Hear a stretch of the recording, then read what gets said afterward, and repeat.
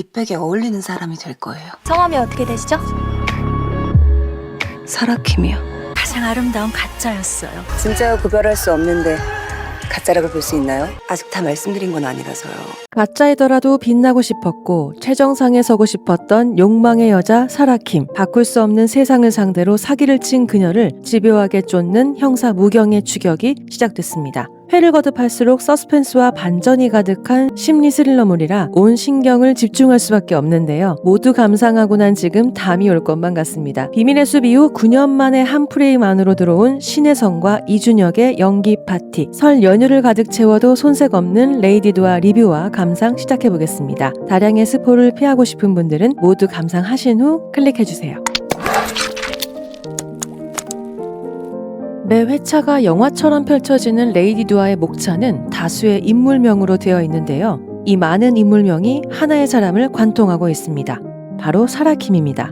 어떤 인물인지 간단히 살피자면 현재 그녀는 브랜드 부두아의 아시아 지사장입니다. 부두아는 상위 0.1%만을 겨냥하며 단숨에 모르는 사람이 없는 브랜드로 급부상했는데요. 사라킴의 얼굴과 과거, 학력 등 모든 것이 베일에 쌓여 정체를 아는 이들이 거의 없습니다. 명품 브랜드와 이런 신비성이 만나면서 대중의 애간장을 끓게 하죠. 그런 그녀가 청담동 명품거리 한복판에서 동사한 채 발견됩니다. 얼굴은 차마 형체를 알 수 없게 훼손되어서 말이죠. 그녀의 시그니처와도 같았던 발목의 타투만이 누구인지를 알려주고 있었습니다. 화려한 우울, 빛과 어둠을 함께 담은 듯한 모순적인 타투입니다. 그런 그녀가 누구인지 형사 무경이 쫓는데요. 언어에도 지문이 있다는 점을 간파할 만큼 날카로움을 지닌 본투비 형사입니다. 무경은 동사한 피해자 사라킴을 추적해 가는데 파면 팔수록 혼란이 거듭됩니다. 그녀를 기억하는 사람들 속의 이야기가 모두 제각각이었기 때문인데요. 이름도 상황도 어느 것 하나 같지가 않습니다. 과연 무엇이 진실이고 무엇이 거짓일까요? 그녀가 거쳐온 이름과 각각의 인물로 살아내며 부딪혔던 사람들을 중심으로 어느 게 진실인지 헷갈리는 서사를 정리해보겠습니다. 모든 일의 시작점, 목가희와 3월백화점.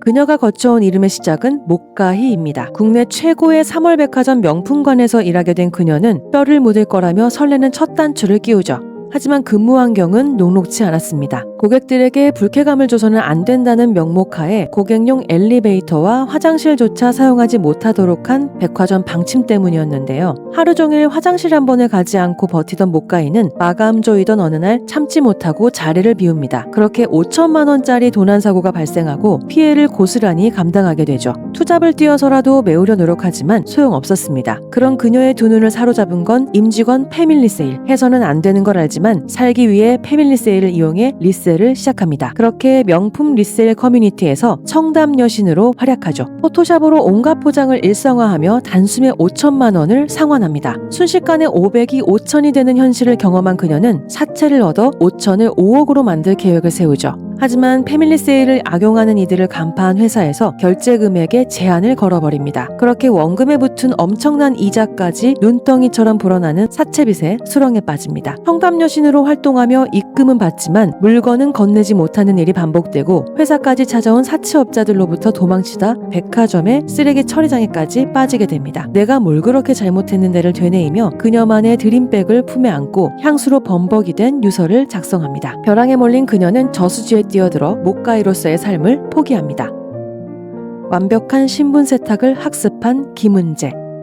목가희로서의 삶에는 마침표를 찍은 그녀. 청담 여신 먹튀 사건의 목가희는 뒤로 하고 모든 돈을 인출해 명품 매장에서 만지는 모든 것을 구매합니다. 단 하루 롤스로이스를 렌트까지 하죠. 스위트룸에서 숙박하며 꿈꾸던 삶을 살아보는 착각 뒤 큰 공허함이 몰려옵니다. 그렇게 생존을 위해 술집에서 일하죠. 그러던 어느 날 신부전증에 걸려 불나방처럼 모든 걸 포기한 홍성신 사장을 만나게 됩니다. 이식만이 살 길이었던 그에게 선뜻 후불로 5억을 달라며 신장이식을 해주겠다고 하죠. 두 사람은 그렇게 위장결혼 2년을 약속합니다. 홍 사장의 아내 김은재로 타이틀의 구색을 맞추기 위해 그녀는 옥스브리지를 졸업한 재력가라는 옷을 입습니다. 단번에 학력과 재력을 겸비한 사람이 된 거죠. 그러면서 어디서부터가 거짓인지 희미해지기 시작합니다. 시궁창 같은 현실 속에 있다 그녀처럼 날아오르게 된 된다면 누구나 이 모든 게 끝나지 않길 희망하게 될 것 같습니다. 홍성신 사장은 충실히 곁을 지키는 김은재를 보며 사망 시 전 재산을 상속한다는 유언장까지 공증받았었습니다. 그 뒤 이식을 코앞에 두고 김은재는 홀연히 사라지려다 붙잡혔는데요. 사실 못가의 시절 그녀를 벼랑으로 휘감았던 대부업체가 바로 홍 사장이 운영하던 캐피탈이었습니다. 최고의 복수는 계속된 불행 속에 두는 것보다 일말의 희망을 품게 하는 거라 말하던 그녀는 내 인생을 이렇게 만든 장본인이 홍 사장임을 알고 복수의 칼을 품어왔습니다. 모든 정체가 탄로 났지만 그녀가 성심을 다했던 만큼 홍 사장도 손해본 게 없다며 풀어주죠. 사악한 사채업자로 유명한 홍 사장이 베푼 선의에 은재는 자신의 신장을 이식하며 일말의 양심을 다합니다.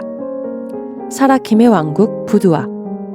홍 사장 아내로 살아내며 김은재는 자신만의 가방 브랜드를 만들고 싶다는 꿈을 준비하는데요. 그렇게 탄생하게 된 브랜드가 부두아입니다. 못가이로 죽고자 저수지에 뛰어들었을 때 다시금 살고자 올라오며 생각난 브랜드명이죠. 런칭도 하기 5년 전이던 그때 100년 전통 영국 왕실의 브랜드 가방을 품에 안았다는 게시글로 떡밥을 던져놓기도 했습니다. 사업의 자금 확보를 위해서는 화장품 회사 녹스 대표 정여신을, 성공적인 브랜드 입소문을 메이킹하기 위해선 호스트파 선수 강지원을, 부두아의 고객 관리를 위해서는 명품관에서 눈여겨본 우효인을 제사람으로 만듭니다. 정여신은 타고난 최상위층인 듯 살아가고 싶지만 졸부딱지를 떼지 못해 자격지심이 있었는데요. 그런 그녀에게 부두아 호텔의 어메니티 세팅이라는 미끼를 던지죠. 정여신은 회사 돈 150억을 횡령해 부두아에 과감히 투자합니다. 홍 사장의 아내로 부잣집 사모님 놀이 중 호스트바에서 만난 강지원은 그녀와 연인 관계를 유지하며 꿈을 실현하는데 충실한 말이 되어줍니다. 인생의 모든 꺾임이 시작된 3월 백화점의 입점을 목표로 강지원이 최채우 회장을 포섭하도록 하죠. 스스로도 최채우 회장의 환심을 사면서 퀄리티 있게 접근합니다. 우효인을 통해서는 부두아의 가방을 향한 고객들을 엄격히 관리하고 끊어냄으로써 더 많은 이들이 부두아를 욕망하도록 합니다. 사람들의 욕망과 결핍을 정확하게 읽어낸 그녀가 사라킴 왕국을 만드는데 성공했습니다. 가장 아름다운 가짜가 된 거죠. 부두아를 지키기 위해 기꺼이 김미정이 되다.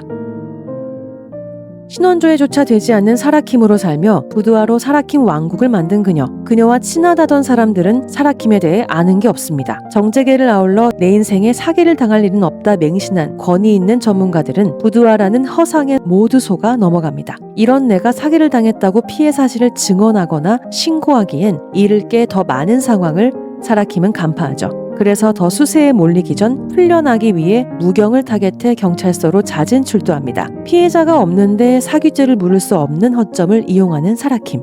그녀를 흔들기 위해 무경은 사건을 공론화하며 부두아를 흔들려 하죠. 언론에 공개된 적 없는 무명녀의 사인을 알고 있는 그녀가 살인사건 가해자임을 간파했습니다. 청담동 한복판에서 촘촘한 CCTV망에 뛰지 않고 동사한 피해자는 무적자 김미정이었습니다. 부두아 가방을 재단한 장본인이었죠. 무적자로 휴대폰 하나도 개통하지 못하고 그림자처럼 살아온 그녀가 사라킴을 만나며 욕망에 눈뜹니다. 혼을 바쳐 만든 부두아백이 현장에서 5천만 원, 1억을 호가하며 예술작품으로 칭송받는데 자신의 현실은 여전히 지하방 무적자입니다. 우연히 손에 넣은 사라킴의 카드로 명품을 사들이고 사라킴을 사칭해도 신고조차 되지 않았고 자신이 하는 건 당연히 짝퉁일 거라고 생각하는 사라킴을 보며 모든 게 뒤틀려버리죠. 그렇게 사라킴이라는 이름을 빼앗고 주변과 고립시키며 아는 사람들을 없애 어느새 완벽한 사라킴이 되어 있었습니다. 폭주하며 큰 위협이 되는 김미정과 실랑이 끝에 사라킴은 김미정을 내리치고 말죠.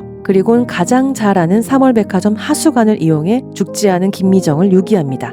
사라킴은 이를 역이용해 본인이 김미정이라고 뒤집습니다. 사라킴을 사칭했고 사라킴이 되기 위해 그녀를 죽였다며 본인이 김미정이라 주장하는 거죠.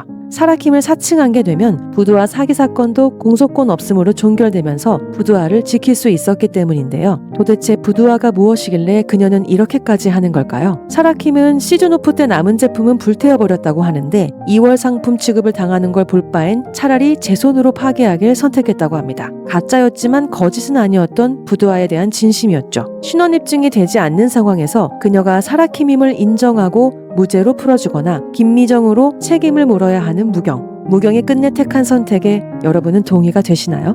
그녀의 인생은 어디서부터 잘못됐을까요? 진짜 부자, 진짜 트렌드라는 가치에 탑승하고 싶은 모두의 갈망과 허영의 결과물이었을까요? 가장 아름다운 가짜 사라킴과 부두아의 이야기는 우리가 만든 허상이 얼마나 부질없는지 폐부를 찌르는 작품입니다. 그럴듯하게 꾸며낸 것에 열광하는 우리가 그럴듯하게 꾸며낸 이야기와 브랜드에 우르르 휩쓸려가고 있지는 않은지 많은 고민거리를 주죠. 이 백에 어울리는 사람이 되는 것이 아니라 내가 빛나서 들고 있는 백이 멋져 보이는 삶을 위하여 무엇을 해야 할지 숙제를 주는 레이디 두아. 매트릭스처럼 얽혀있는 사라킴의 이야기는 오직 넷플릭스에서 감상하실 수 있습니다. 오늘 제 영상이 재미있으셨다면 구독, 좋아요, 알림 설정 부탁드릴게요. 다른 감상 포인트가 있으시다면 얼마든지 댓글로 함께 해주세요. 더 좋은 리뷰로 돌아오겠습니다. 오늘도 내일도 드라마 리뷰는 드리당.